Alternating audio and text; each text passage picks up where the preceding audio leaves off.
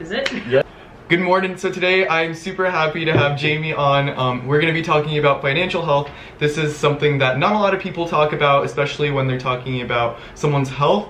But think about it, it's a huge portion of your well-being, and Jamie is a financial expert, and I'm excited to bring her on, and she's going to share so much information that I know you guys are going to find super valuable. So I've known Jamie for over 2 years now, and we met at Youth Startup Weekend. She was actually a mentor there, and I got to learn so much from her just in that weekend alone, so I'm excited that she gets to share that information with you guys now. So the first thing I want to do is let Jamie introduce herself and tell a little bit more about what she does on the day-to-day basis. So that's a good place to start.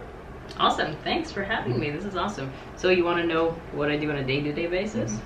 Okay, well, usually I'm helping people basically get an idea of what their financial situation looks like. So people just don't kind of sit down and think about that stuff. So I look at 6 different things. I look at, is their cash flow okay? Do they have an emergency fund?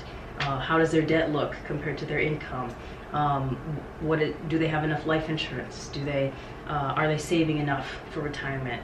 And the very last thing is, do they have the wills and trusts in place so that if something were to happen to them, their stuff actually goes to their family, not the government? So that's kind of what I help people with, probably like 3, maybe 4 appointments a day so far.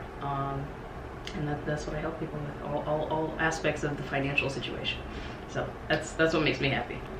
So we mentioned that it is super important to start creating those financial habits and start saving up for emergencies. But are people currently doing that in America, Jamie? Americans, statistically, guess how much they're saving? Compared per paycheck, or just period. Percentage? I feel like 5% of Americans are doing good saving techniques. 5% of Americans. Well, just in terms of saving, they're saving negative 1%. The average household is saving negative 1%? Negative 1% of their income. Of their income. You know how that works? No. You know why it's negative? It's because people are using credit cards. So people are relying on debt instead of having their own. Exactly. It's ridiculous. And compare that to, for example, China. China's really good at saving. They save 70% of their paychecks. 70%? Average 70% of their paychecks. How do you see that working in the long run for us? Well, average Americans are going to be super poor. You think it's better to start changing up those habits, right? Absolutely. We should be saving, honestly, half our paycheck, just like that article said. No matter what age you are, you should be saving that much, because we're living much longer. Statistically, we're living to 90, maybe even 100. Like, millennials are going to live until that long. So are you saving enough to last that long? Because that's not happening. Just think about, I don't know if you've noticed, but there's more 65-plus-year-olds that are still working, that are Walmart greeters or Uber drivers, and that's because they haven't saved enough money. They didn't realize they'd be living this long, and they didn't think about their future enough to save enough for that, for living expenses. And just to clarify too, like, saving isn't just putting the money in the bank and forgetting about it too, right? No. How else could people save? Saving is, the bank part would be your emergency fund. You put 3 to 6 months of your income in there just in case something happens. But the rest of your savings should be in investments. It should be in something that'll actually grow, because you need that compound interest to work for you. Because you can't just rely on your own income, your own sweat equity, if you want to call it that, like you working all the time. You can't rely on that though your whole life, because you're not going to be as healthy as you are today later on. So, but a lot of people really think that as long as I can work, I'll be fine. But then, what if you can't work? You're not planning for that stuff. You gotta plan for the worst and hope for the best. That's so good. Yeah. Plan for the worst, hope for the best. Yeah. Okay. So what I typically see for the average American, they kind of have a certain structure that they structure their financial situation as. Usually with the wealthy, though, they have a completely opposite structure. So I kind of want to share that, how that works. So usually with the average American, their foundation of their financial situation is debt. What do you start getting in the mail once you're 18 years old? applications for credit cards. True. Yeah. Yeah. Offers. Credit cards. So, you know, once people hit 18, they're like, oh, I have free money. Now I can max out these credit cards, get all the cool stuff, you know, buy all these sneakers and cool cars and, you know, all the stuff I've ever wanted. But that's not the case. Just that's not your available. money. Mm-hmm. You know, you're borrowing money and you eventually have to pay interest on that money. And also, you know, school, college. People go into colleges, get hundreds of thousands of dollars into debt. So there's this foundation of debt that young people start off as, and that's a horrible foundation, to be honest. And you know, after that, after they graduate from college, you know, they have all this debt. Maybe they meet someone and they're like, oh, now I want to have a family, I want to have a house, I want to get married, like all of these things. Now you have, you know, now you have more expenses. Now you have a mortgage to pay for. Now you have more mouths to feed. How are you supposed to balance your debt and all of those expenses? And it's already built up, so you have that first layer of debt that you created like in your teens, and then now you're creating even more debt based on like mortgage and cars and all of that. So it's debt, then plus more expenses and more mouths to feed. It's just like you're just making it worse for yourself. If you're not increasing your income, especially, you're just making it worse for yourself, living check to check. So after that, you know, they have a job because, you know, they have to pay for all these things, right? So they have a good paying job, let's say. That job probably has some sort of life insurance that they offer. Hopefully, yeah. Yeah, hopefully, but not all companies do. So maybe they have some life insurance there. Awesome. I have a home and a family now. I have to protect my family, right? So they get that life insurance. And then maybe that company offers a 401k afterwards. They're like, okay, I have a home and a family. I need to start thinking about my future. Let's put maybe a couple $100 into my 401k or something like that. So it's kind of like a afterthought, right? And the life insurance and kind of the long-term savings. That's after you already built your family, after you already accumulated all those debts. Exactly. And then you're thinking about life insurance and 401ks. Exactly. Okay. And then the very last thing is now their savings, their emergency fund. After all of those expenses have been paid and their long-term savings, their life insurance, all of that, now they're thinking about, oh, I should probably put some money away. So it's the order that matters. So at first we started off with debt, family, more expenses, and then we kind of started thinking about the 401ks investments, and then finally... But still not really thinking that much about it. And then eventually, after all that, we think about savings. Yeah, exactly. And that's why people are left with nothing. That's the wrong way. That's the wrong way. Okay. That's the kind of the average American right now. Like, that's how they build their life, their financial life. So their emergency fund is close to zero, if not zero. Paycheck to paycheck. That's what that means. That's so bad and scary. That's scary. It is. Yeah. It is. But the wealthy, they're completely backwards. They're completely the opposite of How that. so? So the way it works is their foundation is actually that emergency fund that I was talking about. Like the cash. Cash. Having that just in case, you know, something were to happen. Whatever life throws at you, they're fine. Okay. So 3 to 6 months at least. Usually they have 12. In reserve? 24 months. Yeah, just sitting in a bank, just safely, or in something that maybe grows a little bit, maybe a CD, that type of thing. So their emergency fund, that's their foundation. So if their car breaks down, they don't have to worry about it. It's just like, here you go, here's $1,000. Yeah, they have it. If they break an arm, they don't have to worry about it. It's like, all right, I'll pay for it, co-pays, whatever. All of that, that's fine for them because they have the money.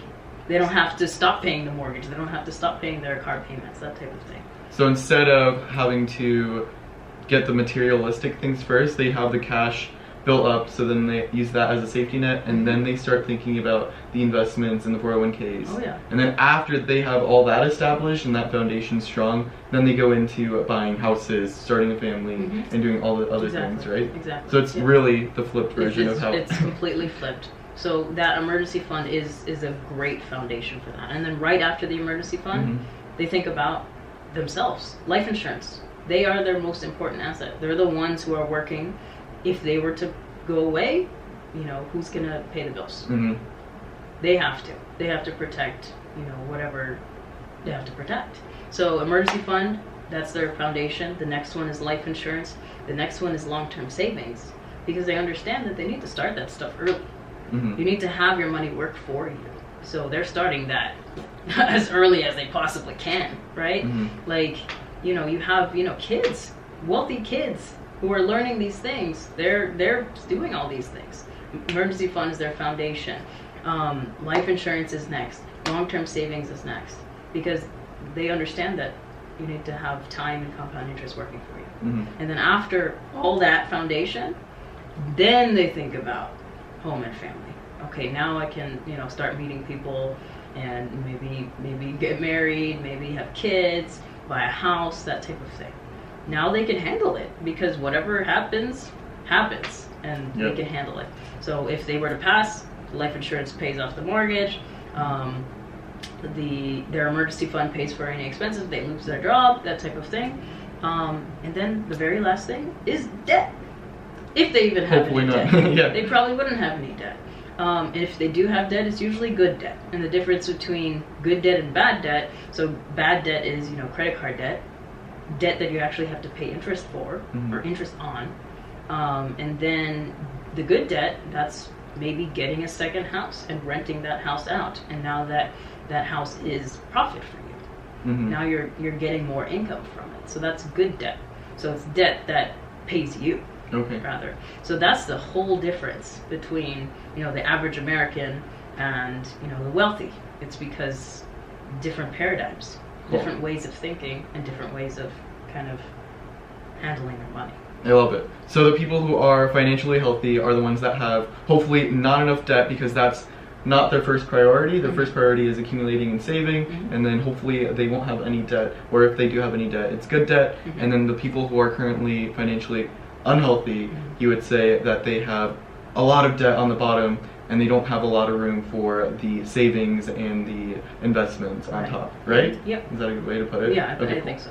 Yeah. So we talked a little bit about how financially healthy people act and behave with their money long term, and now I just wanted to ask you, Jamie, what are some habits that financially healthy people can start forming, and what really differentiates the financially healthy from the financially unhealthy?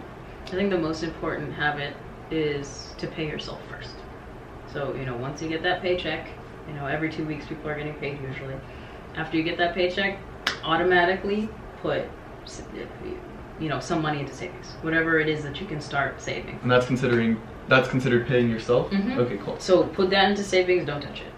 Unless something horrible happens, then you can touch it, but don't touch it. Like, don't try to, you know, buy Starbucks with it. Don't try to buy clothes with it or anything like that. Things that you don't actually need. Right? So paying yourself first is the absolutely most important habit to start. So, I don't know, every paycheck maybe putting $50 away if that's all you can do. At least building that asset, because psychologically, once you start just seeing that money grow, you're not going to want to spend it. That's true. Like, some people kind of have this, like, their money burns a hole in their pocket type thing, but once you see an asset growing and growing and growing, you're not going to think that anymore. You're not going to be like, oh, I want this to keep growing because, you know, that's my emergency fund. That's important to me. It's funny how that happens, because a lot of people are like, oh, if they see $50 in their bank account, they want to spend it, right? Yep. But what if you see $10,000 in your bank account? You're not going to want to spend that. I mean, if you maybe you would. I don't know. There's some people who just would. You're gonna be like, oh, that $10,000, if I wait a little bit, it could be like 15 in a little while, right? Yeah. So you think about what it could be instead of what it currently is. Yeah, exactly. Yeah. So, just building the habit of creating an asset. That's the most important thing.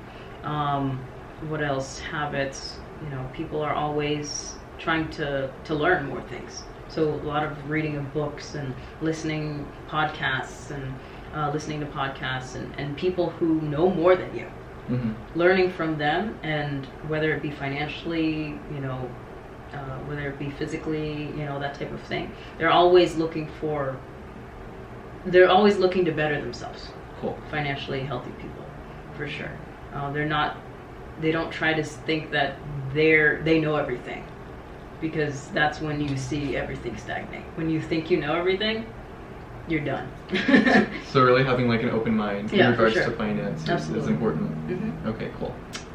Let's see, what else? Also, you were talking about health, you know, making sure they're healthy, for one, because if they you know, become couch potatoes, if they're not gonna be able to work anymore, their body's gonna deteriorate, you know, that's gonna significantly decrease your income, you know, that type of thing. So keeping yourself healthy physically, yeah. That's a way to, you know, be financially healthy as well. So it goes hand in hand. It goes hand in hand. I love it. If you're not healthy, if you're not physically healthy, how are you gonna make income? That's not possible. Yeah. So you kind of have to have both. So you mentioned that the physical health aspect of someone's health and the financial aspect of someone's health go like hand in hand, but if we were to throw in the emotional health aspect of someone's like general well-being, how would that play into their health? Oh my goodness. I think a lot of the reasons why people are unhappy is their financial situation. They thought they'd be in a much better financial situation by now, right? They have this job, they don't see any of their assets growing, they're living paycheck to paycheck. That stresses you out. That's a very stressful thought. And having all this debt that maybe keeps piling up because of interest, you know, that keeps accruing, that's super stressful. So, you know, once people kind of change their habits towards money, once they start saving, once they start paying off their debts and actually being committed to paying off debt and not getting back into debt, you know, just imagine how it would feel to not owe anybody in the morning, like $0. Like you can keep all of that money.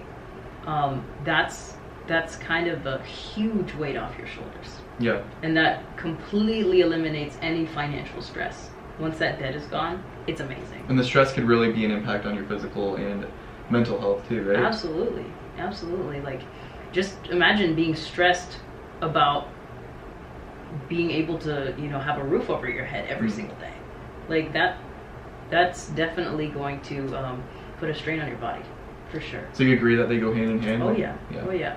Like, you know, I see it all the time. You know, people are super stressed out about living paycheck to paycheck. They don't know if they're going to be able to eat tomorrow, that type of thing. Like, that's detrimental to your body. Like, having that's basically a fight and flight response at all times. Like, you're always fleeing. You're always fighting. That's not healthy at all. So that's why stress is the #1 killer of anybody in this country, like, especially financial stress.